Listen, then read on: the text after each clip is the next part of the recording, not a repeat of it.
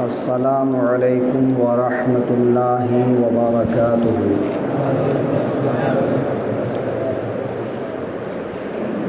الحمد للہ کفا وسلام علی حبیبہ الذین اصطفیٰ، اما بعد فاعوذ باللہ من الشیطان الرجیم، بسم اللہ الرحمن الرحیم۔ سبحان الذی اسریٰ بعبدہ لیلا من المسجد الحرام الی المسجد الأقصى الذي باركنا حوله لنريه من آياتنا إنه هو السميع البصير۔ صدق الله المولانا العظيم وصدق رسوله النبي الأمين المتين الكريم، ونحن على ذلك لمن الشاهدين والشاكرين والحمد لله رب العالمين۔ سب سے پہلے آقائے دو عالم نور مجسم سیاہ لامکا ارواحنا فدا حضرت محمد مصطفیٰ صلی اللہ علیہ وآلہ وسلم کی بارگاہ میں درود و سلام کا نذرانے محبت پیش کریں۔ اللہم صلی علی سیدنا و مولانا محمد بارک وسلم صلاۃ و سلام علیک یا رسول اللہ صلی اللہ علیہ وآلہ وسلم۔ وہی لامکا کے مکی ہوئے، وہی لامکا کے مکی ہوئے، سر عرش تخت نشین ہوئے۔ یہ نبی ہیں جن کے ہیں یہ مقام، وہ خدا ہے جس کا مکان ہے۔ بخدا خدا کا یہی ہے در، نہیں اور کوئی مفر مقر۔ جو وہاں جا کے ہو یہیں آ کے ہو، جو یہاں نہیں تو وہاں نہیں۔ عزیزان محترم، گفتگو کا سلسلہ چل رہا ہے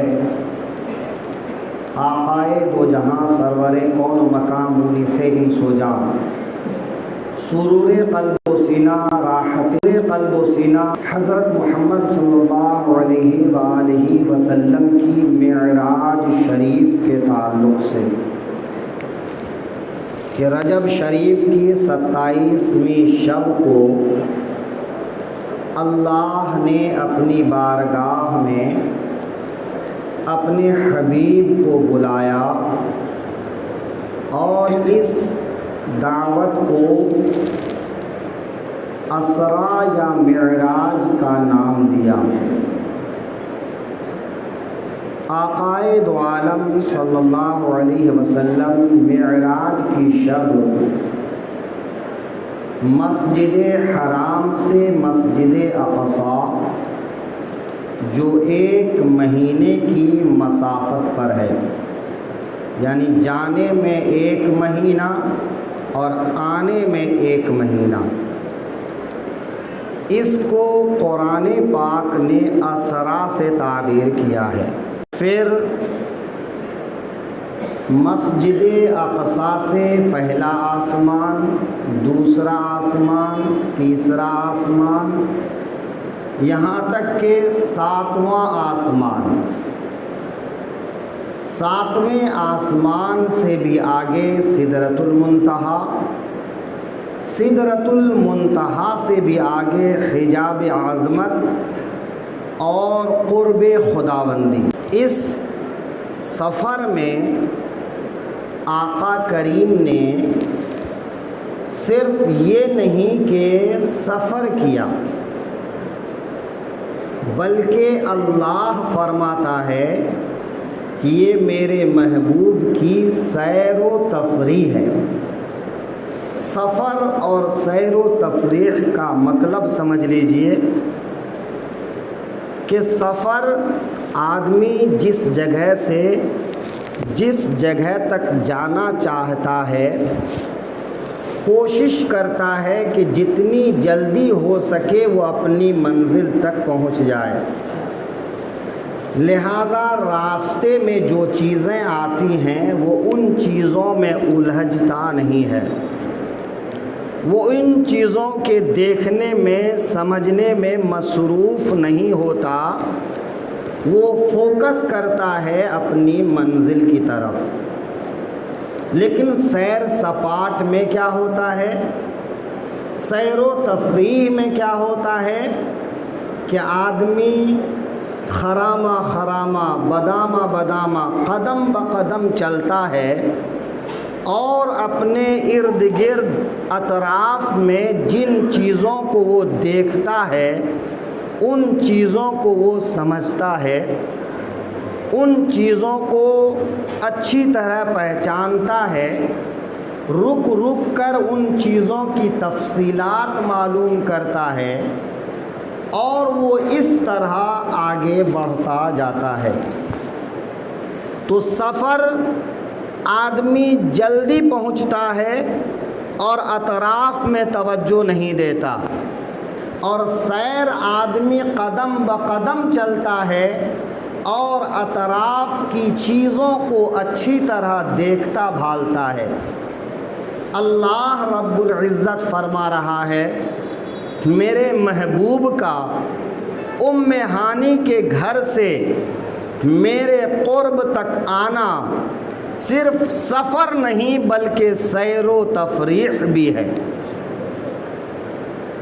سبحان الذی اسرا، پاک ہے وہ ذات جس نے سیر کرایا، سیر کرایا، سیر تفریح، سیر سپاٹ۔ تو جب اللہ فرماتا ہے کہ محبوب کا یہ سفر سیر ہے اور آپ سیر و تفریح کا مطلب سمجھے کہ آدمی راستے کی ہر چیز کو اچھی طرح دیکھتا اور سمجھتا ہے۔ اللہ رب العزت کیا فرماتا ہے، بارکنا حولہ لنریہ من آیاتنا، کہ مسجد اقصی وہ جگہ ہے جس کے اطراف میں، جس کے ارد گرد میں ہم نے برکتیں رکھی ہیں۔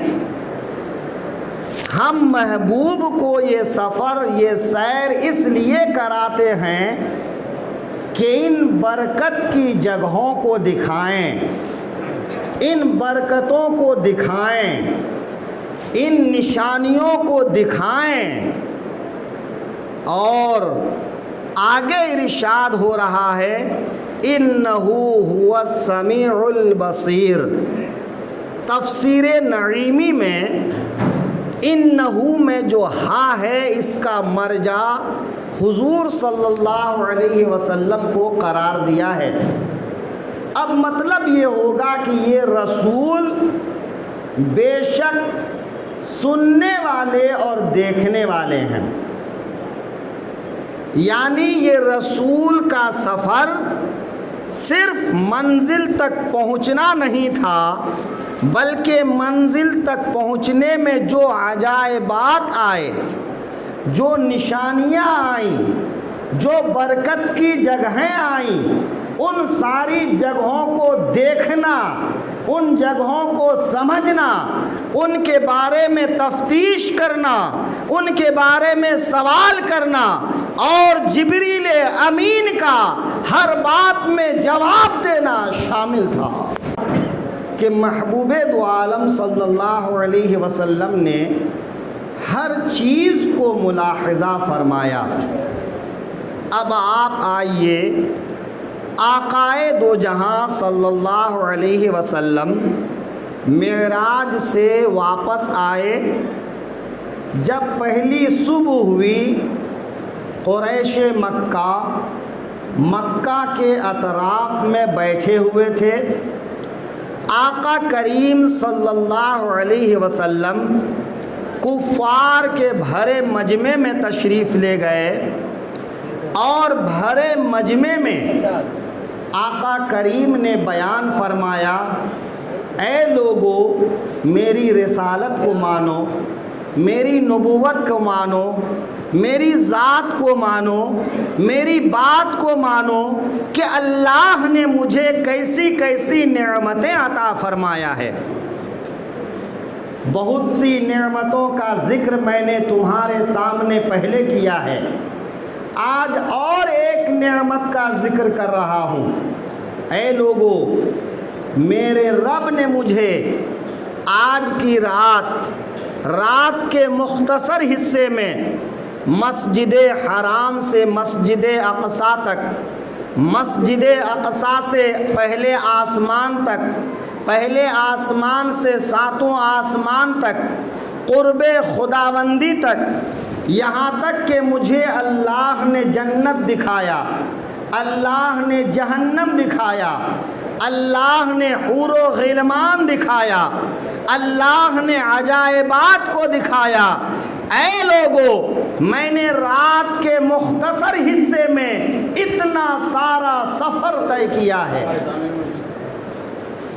اتنا میرے آقا کریم کا کہنا تھا، کفار و مشرکین بفر گئے، بھڑک گئے کہ ہمیشہ الٹی سیدھی باتیں کرتے رہتے ہو، کیا تم نے ہم کو احمق سمجھا ہے کہ تم رات کے مختصر حصے میں مسجد حرام سے مسجد اقصیٰ گئے اور آئے؟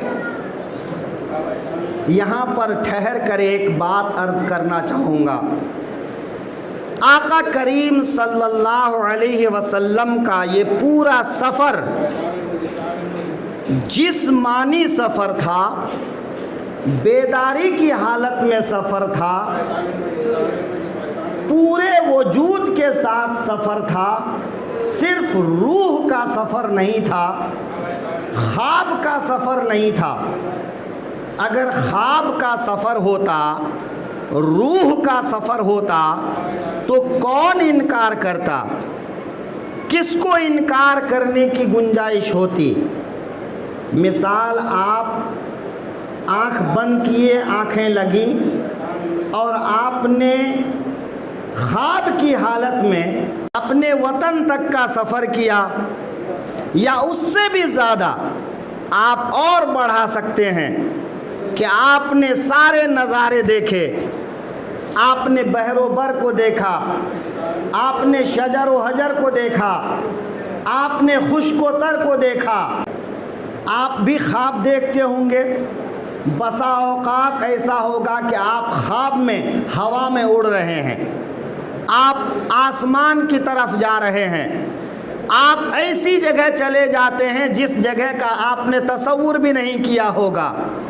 تو روزانہ انسان خواب دیکھتا ہے تو خواب پر کسی کو اعتراض نہیں ہوتا، لیکن اگر آپ کہیں کہ میں نے ابھی یو پی کا سفر کیا، بہار کا سفر کیا، ملک سے باہر کا سفر کیا، میں دور دراز مقامات پہ گیا اور واپس آ گیا، تو سامنے والا فوراً جھٹلا دے گا کہ کیسی احمقانہ بات کرتے ہو، میرے سامنے بیٹھے ہو اور کہتے ہو تم نے یو پی دیکھ لیا، بہار دیکھ لیا۔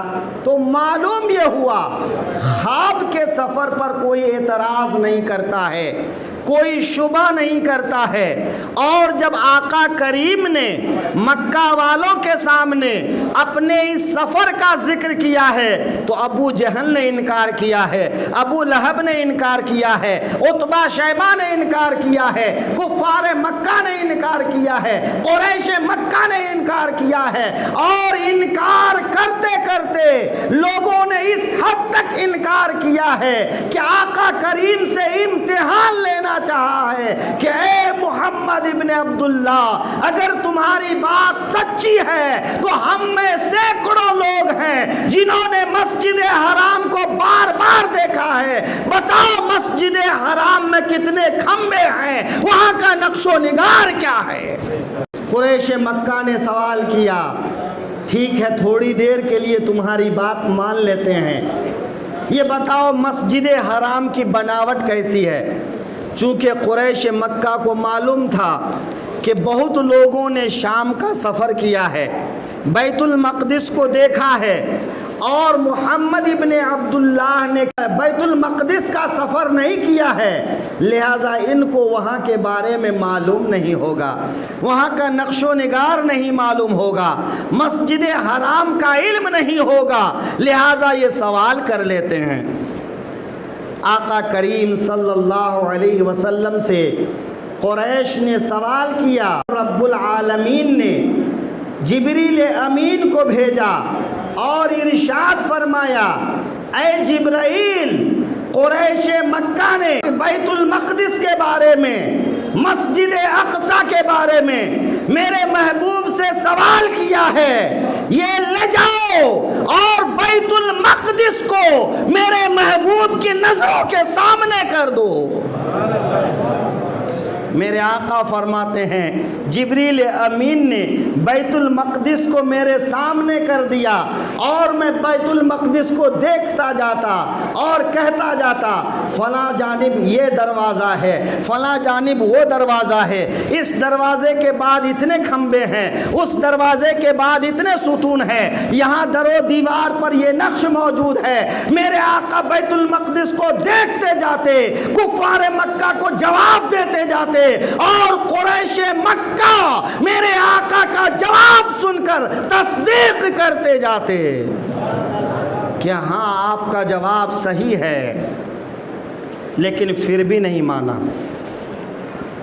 میرے آقا نے فرمایا، ٹھیک ہے، تمہارا قافلہ جو ملک شام گیا ہوا ہے، تجارت کر کے واپس آ رہا ہے، جب میں جا رہا تھا تو تمہارے قافلے کو فلاں جگہ میں نے دیکھا تھا، اور جب واپس آ رہا تھا تو میں نے اس قافلے کو فلاں جگہ دیکھا تھا۔ جس رفتار سے میں نے قافلے کو آتے ہوئے اور جاتے ہوئے دیکھا ہے، اگر اسی رفتار کے ساتھ یہ قافلے مکہ کی طرف آ رہے ہوں تو اتنے وقت مکہ پہنچنے والا ہے۔ قافلہ واپس آ گیا۔ اب آقا کریم صلی اللہ علیہ وسلم کی صداقت پر سب کو یقین ہو جانا چاہیے تھا، لیکن یقین پھر بھی نہ آیا۔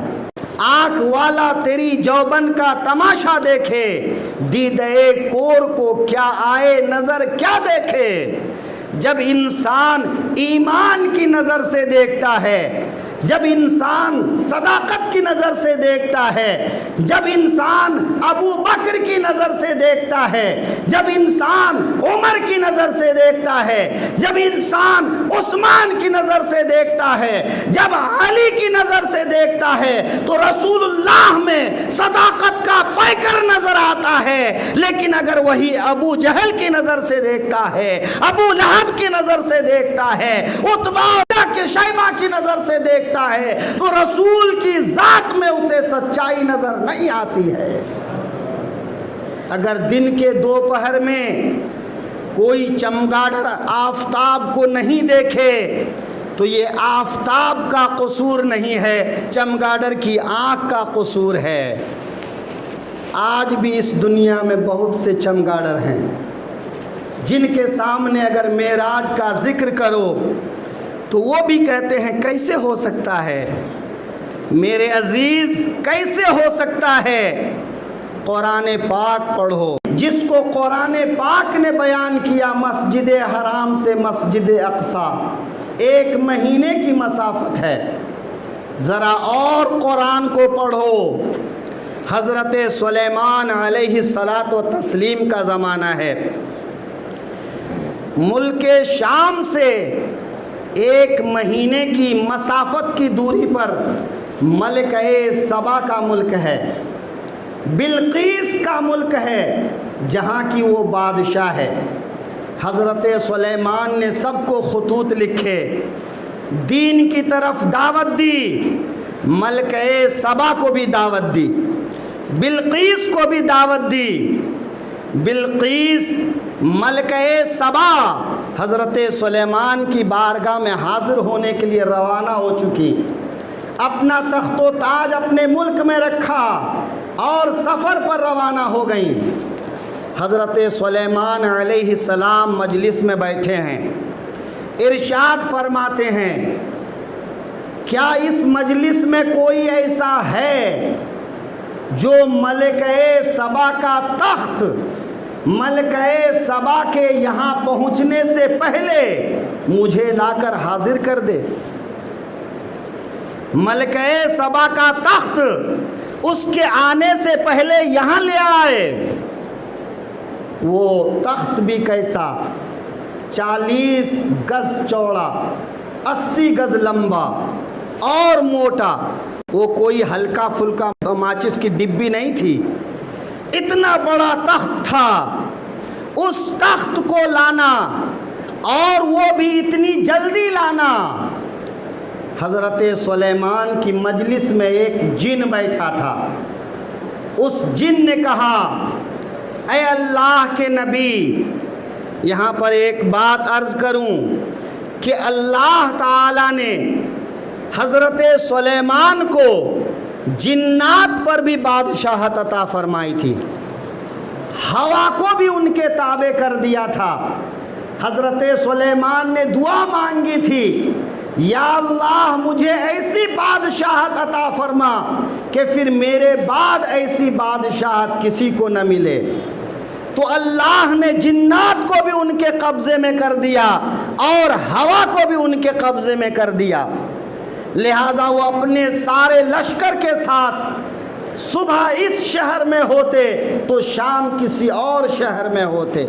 جب وہ ہوا کو حکم دیتے تو پورے لشکر کو ہوا وہاں پہنچا دیتی۔ حضرت سلیمان فرماتے ہیں، کیا کوئی ہے جو ملکہ سبا کا تخت مجھے یہاں پہنچا دے؟ جن نے کہا، حضور اگر حکم ہو تو میں اس خدمت کو انجام دینا چاہتا ہوں۔ حضرت سلیمان نے فرمایا، کتنی دیر میں لا دو گے؟ تو اس جن نے کہا، سورج کے ڈھلنے سے پہلے، آپ کی مجلس برخاست ہونے سے پہلے۔ حضرت سلیمان سورج ڈھلنے تک مجلس برقرار رکھتے تھے، جب سورج ڈھل جاتا تھا تو مجلس برخاست کر دیتے تھے۔ تو اس جن نے کہا، آپ کی مجلس برخاست ہونے سے پہلے میں اس تخت کو حاضر کر دوں گا۔ حضرت سلیمان فرماتے ہیں، نہیں، مجھے اس سے بھی جلدی چاہیے۔ کیا کوئی ایسا ہے جو اس سے بھی جلدی حاضر کر سکے؟ تو اس میں ایک بندہ تھا، ایک انسان تھا۔ مفسرین نے ان کا نام لکھا ہے آصف ابن برخیا۔ آصف ابن برخیا، انہوں نے کہا، حضور اگر آپ کا حکم ہو تو یہ خدمت میں انجام دینا چاہتا ہوں۔ حضرت سلیمان نے کہا، کتنی دیر میں یہ کام کر سکتے ہو؟ قرآن پاک نے کہا کہ یہ بات اس آدمی نے کہا جس کے پاس کتاب اللہ کا علم تھا، زبور کا علم تھا، زبور کا ایک عالم دین تھا، آصف ابن برخیا۔ اس نے کہا، اے اللہ کے پیغمبر، قال الذي عنده علم من الكتاب انا آتيك به قبل ان يرتد اليك طرفك۔ اے سلیمان، میں اس کام کو اتنی جلدی کر سکتا ہوں کہ آپ اپنی نظر کو ادھر سے ادھر گھمائیں اور میں تخت حاضر کر دوں۔ یعنی پلک جھپکنے سے پہلے، آنکھوں کو گھمانے سے پہلے میں اس کام کو انجام دے سکتا ہوں۔ حضرت سلیمان نے کہا، حاضر کرو۔ حضرت آصف ابن برخیا نے ملکہ سبا کے ملک سے بلقیس کا تخت ملک شام پہنچایا، اور کتنی جلدی پہنچایا؟ پلک جھپکنے سے پہلے، نظر گھمانے سے پہلے، آنکھوں کو گھمانے سے پہلے۔ ذرا بتائیے، یہ آصف ابن برخیا کون تھے؟ وہ نبی نہیں تھے، وہ رسول نہیں تھے، وہ کوئی اور نہیں تھے، وہ ایک انسان تھے جو کتاب اللہ کا علم رکھتے تھے، وہ حضرت سلیمان کے صحابی تھے، تو ذرا بتائیے کہ حضرت سلیمان کا صحابی اگر پلک جھپکنے سے پہلے تخت بلقیس کو لا سکتا ہے تو سلیمان علیہ السلام کی طاقت کا کیا عالم ہوگا؟ سلیمان علیہ السلام کی طاقت کا کیا عالم ہوگا؟ اگر سلیمان علیہ السلام حکم فرما دیتے تو تخت حکم پاتے ہی حاضر ہو جاتا، لیکن یہاں مقصد یہ تھا کہ یہ کام نبی خود نہ کریں بلکہ اپنے خادم سے کروائیں، اپنے صحابی سے کروائیں، تاکہ لوگوں کو معلوم ہو جائے کہ کرامات اور معجزات صرف انبیاء نہیں اولیاء بھی دکھاتے ہیں۔ محیر العقول کام، عقل کو دنگ رکھ دینے والا کام صرف انبیاء کے ہاتھوں میں نہیں اولیاء کے ہاتھوں پر بھی ظاہر ہوتا ہے۔ اب ذرا غور کیجئے، میرے آقا مسجد اقصی میں پہنچے، جب مسجد اقصی میں پہنچے تو وہاں حضرت آدم بھی تھے، حضرت شیس بھی تھے، حضرت نوح بھی تھے، حضرت ابراہیم بھی تھے، حضرت اسماعیل بھی تھے، حضرت یعقوب بھی تھے، حضرت موسیٰ بھی تھے، حضرت عیسیٰ بھی تھے، یعنی 1,24,000 کم و بیش انبیاء وہاں پر موجود تھے۔ تمام انبیاء کی موجودگی میں جبریل امین نے آذان کہی، آگے بڑھ کر اقامت کہا، اور مصلی امامت خالی تھا۔ میرے آقا نے سوچا یہ شرف حضرت آدم کو ملے گا، ابو البشر ہیں، حضرت ابراہیم کو ملے گا، خلیل اللہ ہیں، حضرت موسیٰ کو ملے گا، کلیم اللہ ہیں، حضرت عیسیٰ کو ملے گا کہ روح اللہ ہیں، لیکن جبریل امین نے میرے آقا کا ہاتھ پکڑا اور مصلی امامت پہ کھڑا کر دیا اور فرمایا، اے میرے آقا، حضرت آدم بھی چاہتے ہیں، حضرت نوح بھی چاہتے ہیں، حضرت موسیٰ بھی چاہتے ہیں، حضرت عیسیٰ بھی چاہتے ہیں، تمام انبیاء چاہتے ہیں کہ آج امامت کر کے اپنے پیچھے انہیں 2 رکعت نماز پڑھا دیں، تاکہ آپ کی اقتداء میں نماز پڑھنے کا شرف انہیں بھی حاصل ہو جائے۔ یہ حضرت سلیمان بھی پیچھے ہیں، تو اگر حضرت سلیمان جو مقتدی ہیں، اس مقتدی کے صحابی کی طاقت اتنی ہے کہ پلک جھپکنے سے پہلے تخت بلقیس کو حاضر کر دے، تو پھر اس امام کی طاقت کا کیا عالم ہوگا جس امام کے پیچھے تمام انبیاء نماز پڑھ رہے ہیں۔